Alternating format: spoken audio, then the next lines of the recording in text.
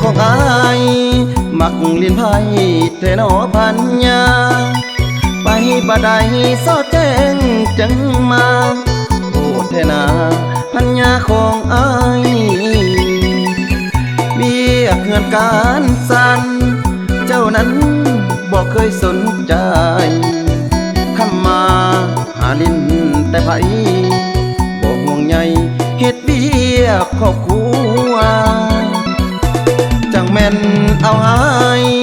น้อเมียอายผู้เคยแสนดีเป็นยังมาฮอดตอนนี้บ่ฟังสามีผัวนี้เว้าแน่ยามหลับยามนอนบังงอนบ่สนแท้บาดไปหาลิ้นไพ่นั่นแม่ไว้แท้ๆจังแม่นน้อนางยามผัวเว้าจาบอกว่าสาว่าจะฟังบอกว่าเป็นเรื่องอิหยังผัวสอนสั่งบ่เคยหัวสา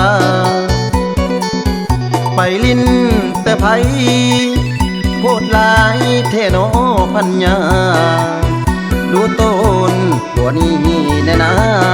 คำคืนมาต้องนอนคนเดียว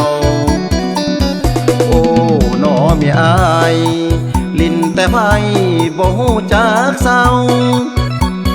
เวียครอบครัวของเฮาเจ้านั้นบ่เคยข้องเกี่ยวพาแรงพาไงว่าให้ผัวเฮ็ดคนเดียวบ่หันมาแลเลี้ยวจังแม่นว่าพูดแท้น้อ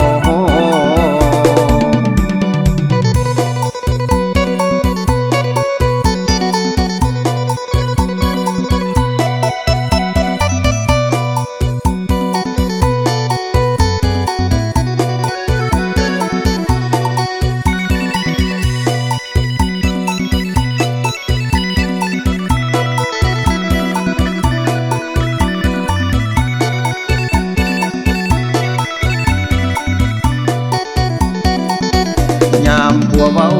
จาบอกว่าสาว่าจะฟังบ่ว่าเป็นเรื่องอิหยังผัวสอนสั่งบ่เคยหัวสาไปลิ้นแต่ไผโพดลายเทโนพันยา